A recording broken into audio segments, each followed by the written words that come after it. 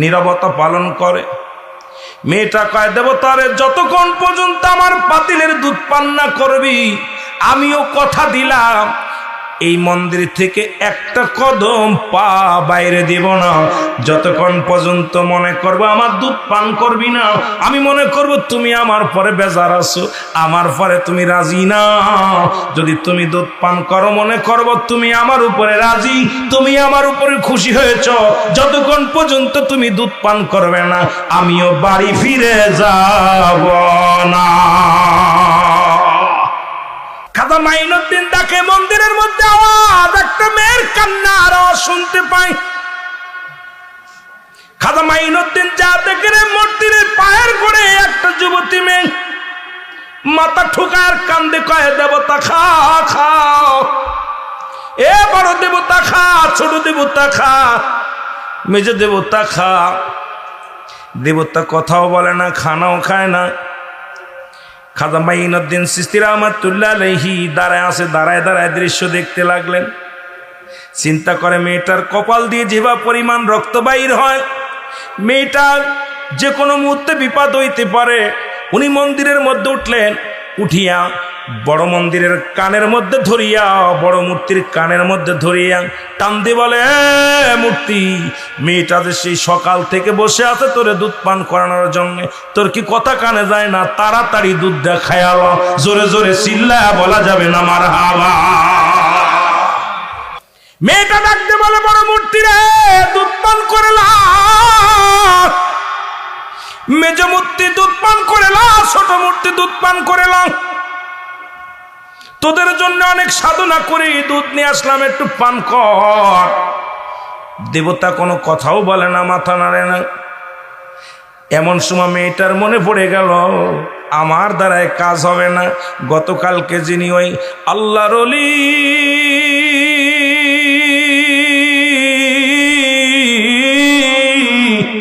ওই দাড়িওয়ালা টুপিওয়ালাটাকে স্মরণ করা লাগবে, তা হইলে অত দুধ পান করবে। ডাকতে বলে, দেবতারে দুধ কি পান করবি নাকি ওই হুজুরের ডাইকা নিয়ে আসবো? জোরে জোরে চিল্লা বলা যাবে না মারহাবা। সবাই বলতে লাগলেন, মারে কে সেই হুজুর যার কথা শোনা পর আমাদের মাটির পুতুলগুলো থরথর করে কেঁপে উঠেছে, মাটির জবান দিয়ে জবান খুলে গেছে। মেয়েটা বলে, বাবা গো, আমি চিনি না, তবে তারে আমি দেখলে চিনি বাবা, নাম তো জানি না। একটা সাদা পাঞ্জাবি গায়ে, মুখের মধ্যে দাড়ি, মাথার মধ্যে টুপি, একজন আশেকে পাগল। আমি যখন গতকালকে মন্দিরে দুধ খাওয়ানোর জন্যে অপেক্ষায় ছিলাম বাবা গো, তখন ওই দুধ পান করতেছিলেন না, আমার মাথা দিয়ে রক্ত ঝরতেছিল। তখন এই পদ্মে যাইতেছিল ওই পাগল, ওই আশেকে রাসূল। তখন উনি কি করেছিলেন, উনি মন্দিরে এসে বড় দেবতার কানের মধ্যে মোসর দিয়ে বলতেছিল, দেবতারে দুধ পান কর। সঙ্গে সঙ্গে আমার হাত থেকে দুধ নিয়ে পান করেছে। সুতরাং তাকে দেখলে চিনবো, নাম জানি না। পণ্ডিতেরা বলে, চলো, কোন দিকে গেছে? বলে এদিকে যায়। যা দেখে জঙ্গলের মধ্যে খাজা মাইনুদ্দিন চিশতি রাহমাতুল্লাহ আলাইহি একটা জায়নামাজ বিছায় চোখের পানি ছেড়ে কান্দে, আল্লাহ অপরাধী হইলেও আমি তোর, আল্লাহ আমি অপরাধী, তোমার দরবারে কান্দি। আল্লাহ এই হিন্দুস্তানের মধ্যে কালেমার দাওয়াত দিই গো আল্লাহ, আমি কতটুক সাকসেস হয়েছি জানি না রে আল্লাহ। আমি দিনের দাওয়াতের জন্য আল্লাহ নিয়োজিত আছি, তুমি আমারে দয়া করো। হিন্দু পণ্ডিতরা দেখেই চিনে ফেলেছে খাজা মাইনুদ্দিন চিশতিকে। সবাই দৌড়ে যে বলে, খাজা মাইনুদ্দিন রে, আমরা ভুল করেছি, আমাদের আর একটা সেকেন্ড আমরা হিন্দু থাকতে চাই না, পণ্ডিত থাকতে চাই না, আমাদেরকে তুমি কালেমা পড়ায়া দাও। 500 হিন্দু, 500 পণ্ডিতেরা খাজা মাইনুদ্দিন চিশতি রাহমাতুল্লাহ আলাইহির হাতে হাত রেখে কালেমা পড়ে মুসলমান হয়েছে। জোরে জোরে চিল্লায়া বলা যাবে না মারহাবা। এই ওলি আল্লাহর বাংলাদেশ, শাহজালালের বাংলাদেশ, শাহপরানের বাংলাদেশ, বাবা খানজান আলী বখতিয়ারের বাংলাদেশ, বাংলাদেশ বাংলাদেশ, খাজা ফরিদপুরের বাংলাদেশ, এনায়েতপুরের বাংলাদেশ, শুম্ভগঞ্জের বাংলাদেশ, ফুলতলি মসলাদের বাংলাদেশ। বলো বাংলাদেশ, বাংলাদেশ, রহম করুন আল্লাহ, ওগো কবুল করেন আল্লাহ। বল রহম করুন আল্লাহ, ওগো কবুল করেন আল্লাহ। ওগো তাদের পথে, তাদের মতে, তাদের পথে, তাদের মতে কবুল করুন আল্লাহ, ওগো কবুল করেন আল্লাহ। এই শাহজালালের বাংলাদেশ, শাহপরানের বাংলাদেশ, এই ফুলতলি মসলাদের বাংলাদেশ, বদরপুরের বাংলাদেশ, সিফাসালার বাংলাদেশ। বলো বাংলাদেশ, বাংলাদেশ, রহম করুন আল্লাহ, ওগো কবুল করেন আল্লাহ। জোরে বলেন মারহাবা। প্রেম দিয়া, ভালোবাসা দিয়া ইসলামকে জয় করেছে। কিভাবে প্রেম দিয়ে তাদেরকে দাওয়াত দিছে, কিভাবে, কত টেকনিকে। আর 500 প্রহরী, 500 পণ্ডিতেরা কালেমার মালা পড়ে মুসলমান হয়েছে। যেটা বলেন মারহাবা। আর আমাদের আদর্শ দেখেন না, রাসূল আকরাম সাল্লাল্লাহু আলাইহি সাল্লামের আদর্শ কি ছিল? নবীজির মসজিদের মধ্যে ইহুদি প্রসাব করতেছে, শুনেছেন ওয়াজ, দেলোয়ার হোসেন সাইদ ওয়াজটা করতে। আমি ছোট্ট তখন, এই ওয়াজটা আমার এখন মনে পড়ে মাঝে মাঝে। যদিও অনেকের আপনার পছন্দ করেন না, তাকে আমিও পছন্দ করি না, আমি তো দল করি না ওনার। যারা দল করে তাদের কাছে ভালো, আর আমি কোনো দল করি না। বিশ্ব জাকের মজিল একজন কর্মী গ্রুপের একজন নগণ্য গোলাম। ঠিক আছে, আপনার বাবা আপনার কাছে প্রিয়, আগেই বলেছি বাবা। উনার যারা উনার ভক্তবিন্দু আছে তাদের কাছে তুমি মাথার তাস, কিন্তু আমি তাকে ছোট করে দেখি কখনো তার বিরুদ্ধে আমার কোনো আলোচনা আজ পর্যন্ত আমি গুনাহগার করি নাই। কেন করি নাই? কারণ সেও ইসলামের দাওয়াত দিছে। এক একজনের এক এক টেকনিক, এক একজন এক এক ফেলি চলে। জোরে বলেন ঠিক কিনা? সবাই কাল্লা এক এক মত দান করেন। তুমি একটা ওয়াজ করতে আমার মনে পড়ে যে রাসূলের মসজিদের মধ্যে একজন ইহুদি দাঁড়ায় প্রসাব করতেছে। আপনারা শুনছেন না ওয়াজটা? ওনার মুখের ওয়াজ। তো রাসূল পাক সাল্লাল্লাহু আলাইহি সাল্লামের সাহাবী ধমক যায়, ধমক দিচ্ছে। নবীজি বলেন ধৈর্য তো, ধমক দিচ্ছ কেন? আগে ক্লিয়ার হোক, প্রস্রাবটা ক্লিয়ার হোক, তারপরে ডাকবে। কষ্ট দাও কেন? ও যদি প্রস্রাব এখন আমাকে ধমক দেওয়ার পর প্রস্রাব আটকে যায়, কষ্ট হবে। আহারে, নবী কি কাকে বলে? এমনি আর নবীকে বাইয়িনাত, উত্তম ব্যবহার, উত্তম আখলাক, উত্তম চরিত্র ছিল রসুলের। এই যে রসুলকে কেউ বলছে আলামিন, আল্লাহ বলছে বাইয়িনাত, উত্তম ব্যবহার, উত্তম আখলাক, উত্তম চরিত্র আমার নবীর ভিতরে ছিল, যা পৃথিবীর মধ্যে প্রতিটা মানুষের থাকার দরকার। জোরে বলেন ঠিক কিনা? কিন্তু আমাদের আদর্শ, রাসূল কি করলেন?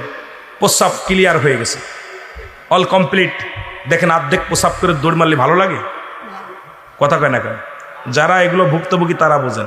দুইজন বলছেন না, বাকিগুলো মানে এরকম বিপদে পড়েন নাই। বিপদ একদিন পড়ে দেখেন, বিপদ একদিন পড়ে দেন। আমার জীবনে একবার পড়িলাম, ছোট্ট জীবনে, ওই লঞ্চে ঢুকছি, আর প্রস্রাবে পেট ফুলে দেন। প্রস্রাব করতে বারবার ঢুকি, কিন্তু পানির ভিতরে আমি জানি পানির ভিতরে প্রস্রাব করা যাবে না, খিজির আলাইহিস সালাম কষ্ট পাবে। এখন বারবার 2-3 বার ঢুকছি যে করবো কি করবো না করবো, কেন পাইতে বিপদে পড়ে গেছে। না আসতে যে প্রস্রাব করে না, পেটটা ফুলে এদিক না পড়ে নিঃশ্বাস বন্ধ হয়ে যাচ্ছে মনে হচ্ছে। আপনার মাঘাট থেকে একবার ইসি পর্যন্ত, ওই মাঝির ঘাট পর্যন্ত, এত দূর, অনেক দূর, তো 2.5 ঘন্টা 2 ঘন্টা পার হইতে। এই 2টা ঘন্টা আমার সকালবেলা কী যে কষ্ট ওই দিন বুঝেছিলাম। চিন্তা করতে, আল্লাহ খিজির আলাইহিস সালাম পানির দায়িত্বে আছে, এর মধ্যে প্রস্রাব করলে কষ্ট পাবে, এই পানি খাবো। তখন তার এরকম বাড়ি ভক্তি বুদ্ধি হয়নি। যদিও হতো তাহলে তার করতাম না। আর ভালোবাসা কারে বলে একটু বুঝাইতেছে, আল্লাহ রসুলের প্রেম কাদের ছিল একটু বুঝাইতেছে, আস্তে আস্তে যায়। তো আমার ভাইয়েরা কি করলেন?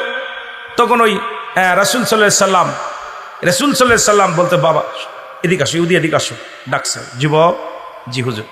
বলে, বাবা তুমি যে কাজটা করলা, এই ঘরটা চিনো? ঘরটা চিনো? জি হুজুর চিনি, এটা তো মুসলমানদের ইবাদতের ঘর, এটা আপনার ইবাদত করেন। নবীজি বলতেছে, বাবা তোমাদের কি কোনো ইবাদতের ঘর আছে? কথা বলেন না কেন? ইবাদতের ঘর আছে? কয় বাবা জি আছে। তুমি যে কাজটা করছো, এই কাজটা যদি আমি করতাম, তোমাদের এই ঘরের ভিতরে আমি করতাম, তাহলে তোমার কেমন লাগতো? কেমন লাগতো? আমার বাবারা, নবীজি বলার পর বলছে, হুজুর এই কাজটা যদি আপনি করতেন নিশ্চিত আপনার গর্দান কেটে পড়ত। নবীজি বলতেছে, তাহলে তোমার ফয়সালা তো তুমি নিজেই দিছো।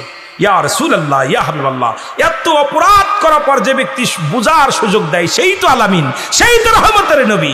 আমি এর একটা মিনিট ইহুদি থাকতে চাই না, আমাকে আপনি কালেমা পড়ে মুসলমান বানায় দেন। সঙ্গে সঙ্গে কালেমা পড়ে মুসলমান হলেন, লা ইলাহা ইল্লাল্লাহ। এটার নাম ইসলাম। সুবহানাল্লাহ বলেন না, এটার নাম ইসলাম। এখন যে সমস্ত উলামা ইকরাম আলোচনা করতেছে ফিতনা বাদা, তাদেরকে এই আয়াতের তাফসীর করতে বলবেন। আল্লাহ বলেন, ইয়া আইয়ুহাল্লাযীনা আমানু, হে ঈমানদারেরা, বিশ্বাসীরা, আদখুলু ফিস সিলমি কাফ। আল্লাহু আকবার বলেন না। এই ইসলামের আবিধানিক শাব্দিক অর্থ 80 থেকে 82টা। কয়টা? 80 থেকে 82টা অর্থ। ইসলাম মানে শান্তি, ইসলাম মানে আত্মসমর্পণ, ইসলামের নিজে না খেয়ে অন্যরে খাওয়ানো, ইসলামের নিজে নারীর সতীত্ব পাহারা দিতে হবে। আজকে তোমার কাছে নারীর সতীত্ব পাহারা নাই, তুমি নারীর ইজ্জত নিয়ে কলঙ্ক করো। তুমি আজকে সুদের মধ্যে, তুমি ঘুষের মধ্যে মানুষকে কষ্ট দাও, আর তুমি যদি বলো আমি বড় বুজুর্গ, এটা মেনে নেওয়া যায় না। জোরে বলেন ঠিক কিনা? ইসলামের আবিধানিক শাব্দিক অর্থ কয়টা? 80 থেকে 82টা। নিজে না খেয়ে অন্যরে খাওয়ানো, নিজে ঘুম না পেরে অন্যের ঘুম পাড়ানো, একত্ববাদ, শান্তি, আত্মসমর্পণ। ইসলাম খালি ইসলামে এই একটা এত তাফসীর করতে বলবেন যে এই মৌলবী একটা এত তাফসীর কর। নিজে না ঘুম অন্যের ঘুম পাড়ানো, নিজে না খেয়ে অন্যের খাওয়ানো। তাহলে এই আয়াতটা তুমি ইসলামের মধ্যে ঢুকছো, তুমি এখনো তোমার দ্বারায় মানুষ নিরাপত্তা নাই, তোমার মুখের দ্বারা, তোমার ব্যবহারের দ্বারায়, তোমার চলার দ্বারায় তুমি মানুষকে, তোমার কাছে নিরাপত্তা নাই। তুমি মুসলমান এখনো হতে পারো তোমার জিহ্বা দ্বারা, তোমার মুখ দ্বারা, তোমার হাত দ্বারা, তোমার দেহ দ্বারা। অন্য অপর মুসলিম যদি নিরাপদে না থাকে, তুমি মুসলমান বলে দাবি করতে পারো? কথা বলেন না কেন? রাসূলের আদর্শ দেখেন না। নবীজির মসজিদের মধ্যে বুখারীর একটা হাদিস দেখলাম, বড় আশ্চর্য হয়ে গেছি। নবীজির মসজিদের মধ্যে কয়েকজন অমুসলিম আসছে। আচ্ছা, ইয়া রাসূলুল্লাহ, ইয়া হাবিবাল্লাহ, নবীজি সাহাবীরা, ইয়া রাসূলুল্লাহ, আপনার মসজিদের মধ্যে কয়েকজন অমুসলিম আসছে। নবী বলে, ওদের আসতে বলো, আসতে বলো। আসলেন, বলে, ইয়া রাসূলুল্লাহ, ওরা তো অমুসলিম। নবীজি বললেন, এই খেয়াল করেন কিন্তু, কাজে লাগবে বাবা, কাজে লাগবে। এটা নিয়ে আবার সূরা তাওবার মধ্যে 6 নম্বর আয়াত আল্লাহ কি বলে দেখেন না। ইমাম সাহেব আছেন না, সূরা তাওবা কয় নাম্বার? সূরা তাওবা 6 নম্বর আয়াত। কয় নাম্বার? কোরআনের মধ্যে লেখছে এইভাবে, ঠিক আপনারা দেখে নেবেন, ভালো করে দেখে নেবেন। আমি আলোচনা দিক যাচ্ছিলাম, এদিক চলে যাচ্ছি, যদি মাঝে মাঝে টাচ দিয়ে যাচ্ছি, এগুলো খেয়াল করবেন। কারণ আমি তো আর বাবা আগেই বলছি, বাবা আমি এত বড় জ্ঞানী না, জান্নেওয়ালা না, বন্নেওয়ালা না। বলার ভিতর ভুল থাকতে পারে, চলার ভিতর ভুল থাকতে পারে, কথার ভিতর ভুল থাকতে পারে, সংশোধন হতে হবে। এই জন্য অ্যারিস্টটল, সক্রেটিস বই লেখা পর বলছে, নো দাইসেল, নিজেকে নিজে চিনতে হবে। এখন আমি চিনি না, খালি আপনারা চিনেন। কথা বলছেন নাই? অ্যারিস্টটল, সক্রেটিস, যিনি বই, যার কিতাব না পড়লে, যার বই না পড়লে কেউ দার্শনিক হতে পারে না, ইঞ্জিনিয়ার হতে পারে নাই, আপনার ব্যারিস্টার হওয়া যায় না, আজকে উকিল হওয়া যায় না, সেই তিনি লেখলেন নাম কি? Aristotle, Socrates. উনি লেখার পর বলে, নো দাইসেল, নিজেকে নিজে চিনতে হবে। আর আমাদের কুষ্টিয়ার লালন বলে, আপনাকে চিনতে পারলে যাবে অচিনারে চিনা। আরবিতে বলে কলবুস সালিম, তোমার আত্মাকে প্রসিদ্ধ করো। মান রাফার নফস, তোমার নফসকে কন্ট্রোল করো। তুমি নিজেরাই চিনতে পারো নাই, তুমি খালি অন্যের পিছে লেগে গেলে। অন্যের পিছে লেগে গেলে তুমি কেমন আলেম, তুমি কেমন মৌলবী, কেমন মুফতি, কেমন পীর সাহেব। তুমি অন্য সমালোচনা বাদ দাও, নিজের নিজে আগে বিলিয়ে দাও। জোরে বলেন ঠিক কিনা? আরো জোরে বলেন আল্লাহু আকবার। আমার ভাইরা, যে কথা বলতেছিলাম, কোন কথা বলতেছিলাম? সূরা তাওবার 6 নম্বর আয়াত। আপনারা ব্যাখ্যাটা ভালো করে তাফসীরটা করে নিন। রাসূল আল্লাহ বলতেছেন, হাবিব, আপনার কদমের মধ্যে যদি কোনো অমুসলিম আসে, ভালো করে নেন। বাবা ইমাম সাহেবরা যারা আছেন, আপনাকে লাগবে, ইমাম মাওলানারা যারা আছেন, সব তো আর বিস্তারিত বলতে পারবো না, আপনি ব্যাখ্যা করবেন, সুন্দর পাবেন। নবীজি বলতেছেন, আল্লাহ বলতেছেন, হাবিব, আপনার কদমের মধ্যে যদি কোনো অমুসলিম আসে, সর্বপ্রথম তাদের বসতে দেন। যদি তারা নিরাপত্তা চায়, নিরাপত্তা দেন। যদি আপনারা সাহায্য চাই, সাহায্য দেন। যদি নিরাপদ স্থানে পৌঁছায় দেন, তার পৌঁছে দিতে বলে, তাদের পৌঁছায় দেন। ঘোষণা কার? যারা বলেন ঘোষণা কার? এমনি আর নবীর কাছে দলে দলে মুসলমান হয় নাই, নবীর দেখে পাগল হয় নাই। নবী বল যে দুষ্ট বুড়ি কাটা দিত 13, নবী তার মাথায় টুকলা নিয়ে চলে যাচ্ছে এইভাবে গালিতে, যাহারে মুহাম্মদ যদি এই বেটা হইতো। কথা বুঝলেননি? এই লোকটারে মুহাম্মদ নবী না দিয়া নবুয়ত কোন আব্দুল্লাহ বেটা মুহাম্মদ বন্ডরে দিছে। এই বন্ড প্রতারকের বিপদে পড়ে আমার ছেলে মেয়েরা এখন এই দেশের ওদেশে চলে গেছে। এখন পাহাড়ে যাওয়ার সময় ডাক দিয়ে ছেলেকে, এই চলে আয় রে বাবা, চলে আয়। ছেলেরা আয় দেখে মুহাম্মদ সাল্লাল্লাহু আলাইহি সাল্লাম। সুবহানাল্লাহ বলেন না? কয় মা গো, তুমি কারে নিয়ে আইছো? যার ভয়ে আমরা পাহাড়ে আশ্রয় নিছি তাকে তুমি সঙ্গে করে নিয়ে আসছো আমাকে ধরাই দেওয়ার জন্য। বুড়ি কয়, না রে বাবা, যদি ইনি আল্লাহর নবী হয় তাহলে আমি যে গালি দিছি, অভিশাপ দিছি, আল্লাহ যেন আমার ক্ষমা করে দেয়। হে মুহাম্মদ, আপনিই তো যোগ্য ব্যক্তি, আপনি আমার কালেমা পড়ায় দেন। হে বৎসের ছেলেরা, আসো এই লোকের কাছে বায়াত গ্রহণ করো, কালেমা পড়ো, লা ইলাহা ইল্লাল্লাহু মুহাম্মাদুর রাসূলুল্লাহ সাল্লাল্লাহু আলাইহি ওয়াসাল্লাম। জোরে বলেন না মারহাবা। যেটা বলতেছিলাম খেয়াল করবেন, মসজিদে নববীর মধ্যে অমুসলিমেরা চলে আসছেন। নবীজি সাহাবীরা বলে, ইয়া রাসূলুল্লাহ, ইয়া হাবিবাল্লাহ, এদের কোথায় বসতে দিব? যেহেতু মুসলিম। নবীজি বলতেছে, ওদের উত্তম জায়গা, ভালো জায়গা বসতে দাও, ভালো জায়গা বসতে দাও। নবীজি বললেন, সাহাবীরা বলতেছে, ইয়া রাসূলুল্লাহ, ইয়া হাবিবাল্লাহ, কোথায় উত্তম জায়গা? বলতে তো পাশের কামরা বুঝায়। নবী বলে, না, উত্তম জায়গা বসতে দাও, ভালো জায়গা। সাহাবীরা বলে, ইয়া রাসূলুল্লাহ, তাহলে তো আপনার পার্সোনাল কামরা। নবী বলে, না, উত্তম জায়গা বসতে দাও, ভালো জায়গা। সাহাবীরা বলেন, ইয়া রাসূলুল্লাহ, ইয়া হাবিবাল্লাহ, আল্লাহ রাসূল ভালো জানে কোথায় বসতে দেবো, দয়া করে বলেন। নবীজি বললেন, যেহেতু আমার মেহমান, আমার পাশে বসতে দাও। নবীজি, সাহাবীরা বললেন, হুজুর ওরা তো অমুসলিম। নবী বললেন, হ্যাঁ বসতে দাও। নবীজি মসজিদে নববীর মধ্যে, নবীর মসজিদে, পাগলেরা শোন, নবীর ভালোবাসা শোন, নবীর ওয়াজ শোন, ইসলামের ওয়াজ শোন। নবীজির কাছে সাহাবী বললে, সাহাবীদেরকে বলে, তুমি ভালো চাদর বিছিয়ে দাও। একটা সাদা চাদর রাসূলুল্লাহর ওই মসজিদের মধ্যে বিছায়া দিলেন। সাহাবীরা জেনে বসে আছে, নবীজি সেই জায়গা অমুসলিমেরা যে বসলেন। আমার নবী বললেন, আমার ভাইয়েরা সাহাবীরা, তোমরা ধৈর্য ধরো, দেখি আমার অমুসলিম ভাইয়েরা কি বলতে চায়। আমার নবীজি বলেন, আপনারা বলেন কি বলতেছেন, আপনারা বলেন। অমুসলিমেরা বলে, ইয়া রাসূলুল্লাহ, ইয়া হাবিবাল্লাহ, আপনি তো আলামিন, আপনি তো সত্য নবী, আল্লাহর পয়গম্বর, এর মধ্যে কোনো সন্দেহ নাই নবী গো। আপনার আমি অমুসলিম হওয়া পরও আপনি আমাদের দূরে ফেলে দেন নাই, আমাদেরকে তাড়িয়ে দেন নাই, আপনার মসজিদের মধ্যে বসার সুযোগ করে দিয়েছেন। ইয়া রাসূলুল্লাহ, ইয়া হাবিবাল্লাহ, যার কদমের মধ্যে আসলে শান্তি পাওয়া যায় সেই তো মহান ব্যক্তি নবী গো। আর একটা মিনিট আমি অমুসলিম থাকতে চাই না, কালেমা পড়ায় দেন, আমরা মুসলমান হয়ে যাব। সঙ্গে সঙ্গে অমুসলিমেরা কালেমা পড়ে মুসলমান হয়েছে, লা ইলাহা ইল্লাল্লাহু মুহাম্মাদুর রাসূলুল্লাহ সাল্লাল্লাহু আলাইহি ওয়াসাল্লাম। গত পরশুদিনকে দেখছেন আপনার মিউ টিভিতে, আমার কাছে মুসলমান হলো। এরকম অসংখ্য আল্লাহ আমার এই হাত দিয়ে মুসলমান বানাইছি, অসংখ্য। আমি গুনাহগার। এই গত আপনি দেখছেন না, মিডিয়ায় দেখছেন না, এই সিলেটে কয়েকটা দিন আগে, মনে হয় গত পরশুদিনকে মনে হয়, কয় তারিখে ওয়াজ শুনে যখন আমি আলোচনা করতে, পিছন থেকে এক অমুসলিম পাগলের মতো ছুটে আসে, আমাকে মুসলমান বানান। আমি কে এফিডেভিট করিস না, কয়েক কিচ্ছু লাগবে না, আমি মুসলমান হব। মুসলমানদের ভিতরে এত আদর্শ প্রেম, কবরে আযাব হবে। পুরাইলে আমি বললাম, দেখো পুরাইলেও তোমরা পুরাইয়া দাও, পুরানোর পর আমার আল্লাহ বুঝি বানাইতে পারে না, আল্লাহর বানাইতে কুন আর ফায়াকুন, খালি বলবে, হুকুম দিবে, হয়ে যাবে।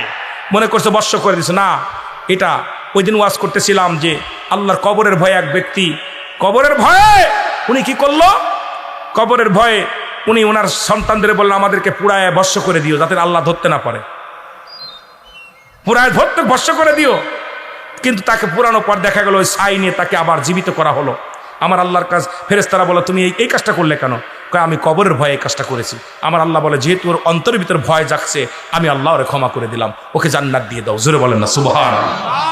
অমুসলিম এসে বাচ্চা ছেলে, এখনো দাড়িমোছ ওঠে নাই, দাড়িমোছ ওঠে নাই, 18-20 বছর হবে হয়তো, ভালো মতো ওঠে নাই, গজাই নাই। আয়সা আমার হাতে হাত রেখে বলে, হুজুর আমি জীবনে কিচ্ছু চাই না, আপনার ওয়াজ আমি অনেক কবরের ওয়াজ শুনেছি, অনেক বেলালের ওয়াজ শুনেছি, রাসূলের প্রেমের ওয়াজ শুনেছি, সাহাবীদের আলোচনা শুনেছি, আপনার ওই ওলি আল্লাহর প্রেমের ওয়াজ শুনেছি। আমি প্রতিজ্ঞা করেছিলাম আপনি এলাকায় ঢুকলে আমি আপনার কাছে বায়াত গ্রহণ করব, মুসলমান হব। সঙ্গে সঙ্গে মুসলমান বানিয়েছি। আমি জোর করে, চেয়ারম্যান সাহেব ছিল, এমপি সাহেব ছিল, রানিং এমপি, সবাই বলল, হুজুর আপনি পড়াই দেন। এরপরে আমার বাবারা, এই যে অমুসলিমদেরকে ভালোবাসা যদি না দিতে পারি, আমার ব্যবহার, আমার আচরণে যদি মানুষ যদি দূরেই সরে যায়, তাহলে ইসলামের দাওয়াত কারে দিবেন? ভালোবেসে ডাক দেন, বুকে ডাক দেন, মহব্বত করেন, প্রেম দেন, ভালোবাসা ইসলাম মানেই শান্তি। সেই শান্তির মধ্যে অশান্তির কোনো কাজ করা যাবে না। মহব্বত দুরূদ শরীফ পড়ুন, আল্লাহুম্মা সাল্লি আলা সাইয়্যিদিনা মুহাম্মদ এর নবিয়ানা শাফিয়ানা মাওলানা। আরো জোরে বলেন, আল্লাহুম্মা সাল্লি আলা সাইয়্যিদিনা নবিয়ানা শাফিয়ানা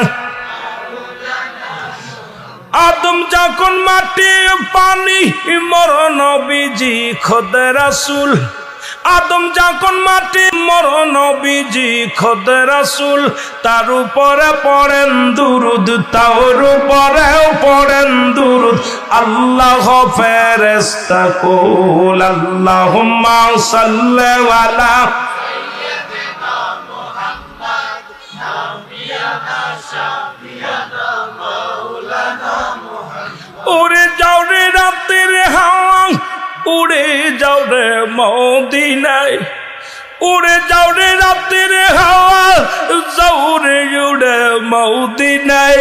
এ গোলামের সালাম খানি, এই আশিকের সালাম খানি পৌঁছাই দিও মদিনায়। আল্লাহুম্মা সাল্লি আলা সাইয়্যিদিনা মুহাম্মদ এর নবিয়ানা শাফিয়ানা মাওলানা মুহাম্মদ। এ দুনিয়ার মুসলমান,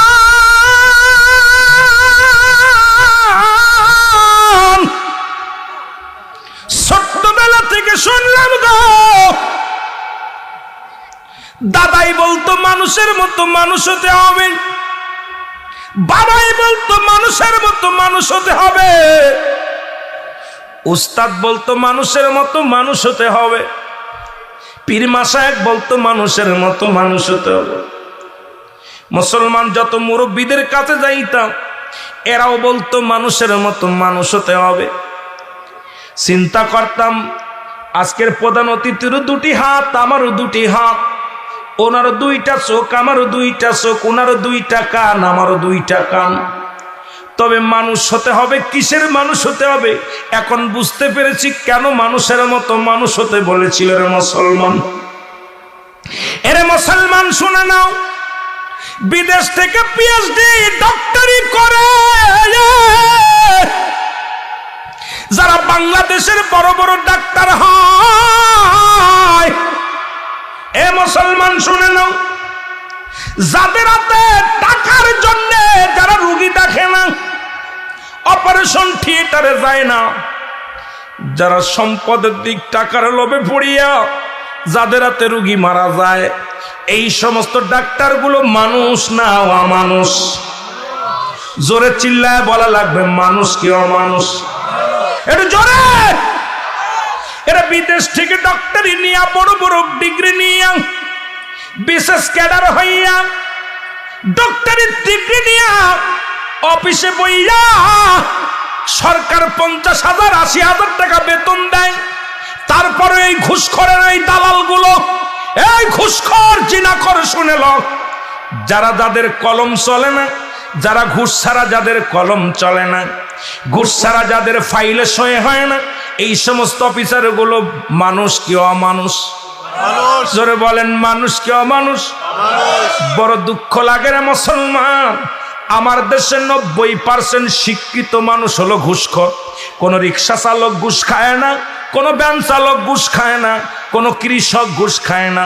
ঘুষ করে যাদেরকে লেখাপড়া করাইলাম ডিগ্রি নিয়া, যারা এই চেয়ারের মধ্যে বইয়া মন্ত্রণালয়ে বসি, আরে মুসলমান, যাদেরকে ভূত খেতাইব তাদের ঘাড়ে ভূত চেপে ধরেছে। আজকে 99% যুবক, 99% শিক্ষিত মানুষই ঘুষের মধ্যে। জোরে জোরে চিল্লা বলা যাবে না, ঠিক কিনা? এরা মানুষ কি অমানুষ? তোরে কিসের জন্য লেখাপড়া করাইলাম? এ মুসলমান, তোরে কিসের জন্য লেখাপড়া করাইলাম? ডিগ্রি দিলাম। আবার কিছু কিছু মানুষ রাস্তার মধ্যে দাঁড়ায় 20 টাকা ঘুষ খায়, আছে না? হায় হায়, মাঝে মাঝে আমার সাথে সাক্ষাৎ হয়। হায় হায়, রাস্তার মধ্যে দাঁড়ায়, আসলে হায় এত রাত্রে কই যাচ্ছে? ড্রাইভারে ডাকদারি কাছে, আমার কাছে টাকা নাই, হুজুরের আসিস, হুজুর আসুক, হুজুর ডাক দিস না, 20 টাকা দে। কতক্ষণ ঠিক কিনা? এ মুসলমান, গভীর মনোযোগ।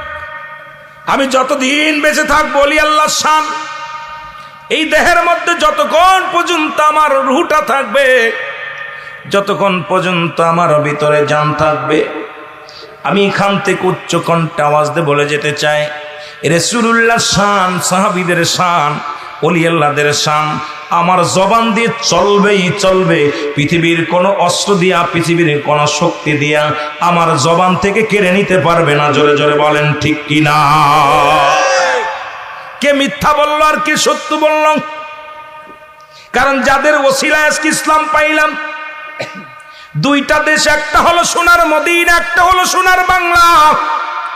এক দেশে অসংখ্য নবী আগমন করেছে, মক্কা মদিনায় অসংখ্য নবীগণ আগমন করেছে।